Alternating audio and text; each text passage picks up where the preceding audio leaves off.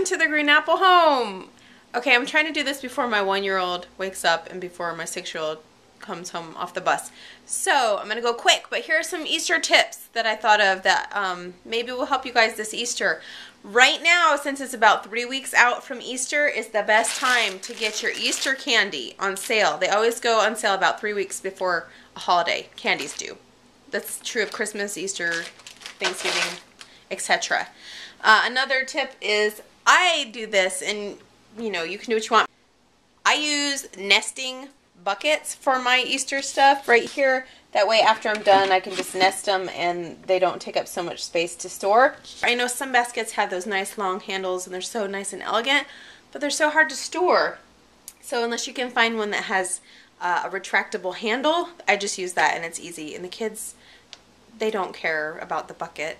Another tip is you can buy these like little egg holders or whatever. I bought these one year at Target for 99 cents each, and they hold your eggs nice. But if you don't have those or you don't want to use those or whatever, you can take the lids off of like Minute Maid or water bottles, and they work just as well at holding your Easter egg there, so you can paint it all up nicely.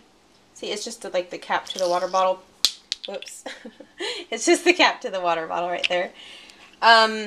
Never pay more than $1 for your little die kit. These dollar store ones, or the ones that are even more than $1, but I only pay $1 ever for them. They come with these teeny little dingy egg dippers that are so dumb. Like, you can never balance your egg on it very well. So what I do, this is a whisk, and this is like kind of like a sort of type of a whisk. I use this and this, and then you can get these at the dollar store too. This one I got at Rose's, but I got it for $1. So I actually have some of these just in my Easter stuff. So I bring out an extra one. I had bought one more this year for Dee Dee. All you have to kind of do is slip them in the bars like that, and you've got a nice handle to dip your Easter egg in the dip. So like if we're using this one, say the tongs ones, you get your tongs and you put it in, say this is your die, you put it in there, and then when you want to check on it, all you have to do is lift it up, and you're like, oh, no, it's not quite dark enough, I want it to be darker blue. Then you put it back down. The only thing is with the tongs, you're going to leave those marks where the tongs are pressing against the egg, but with this kind is pretty even, and it doesn't really leave lines, especially if you kind of swirl it around every once in a while.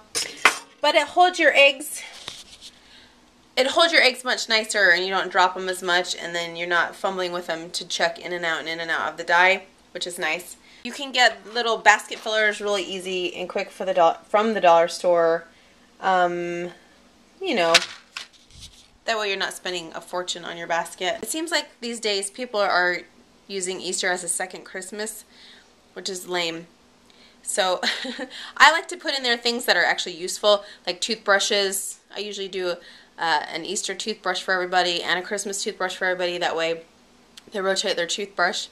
Things like a kite. You can get a kite for $1, and it's like windy out now, so it'd be good to do something like that. Bubbles. Just something little. Don't buy stuffed animals if you already have a house full of stuffed animals, which I do. So I actually need to purge my stuffed animals. You may also want to put something in there useful because it's a new season and it's spring. Put in, you know, a new t-shirt or new outfit or something like that. Here's a tip. Forgo the plastic grass. Oh my goodness, save your vacuum and yourself the horror of picking up those little plastic strings for like weeks to come, because they're really see-through. Some of those, you know, grasses, once they get individual, you can't really see them, and then you're picking up grass forever. What else was there? Tips. This year we went to a town Easter hunt, and my daughter had a bag kind of like this where it was a reusable one, and I had her open it and hold one end on her shoulder like this. But while she was picking up the eggs, and I didn't notice this till afterwards, and I'm going to edit some footage on my other channel and put it up so you can probably see. But while she was picking it up, the eggs, because it's so big and flimsy, the eggs kind of fell out the end of the basket. And so she was like, I only got 6 eggs. And I knew she picked up more than 6. Anyways, it was because of the little flimsy bag she was using. So even if you don't have an Easter basket out or whatever, just a sand bucket, a pail or whatever, something sturdy that the opening won't close on you, is best for an Easter egg hunt, especially if you have little ones that they can't open the bag very good themselves. Maybe that will save someone the heartache of saying, I only have 6 eggs. Because she was seriously crushed. Anyways, thanks for watching, and we'll see you next time on the Green Apple Home.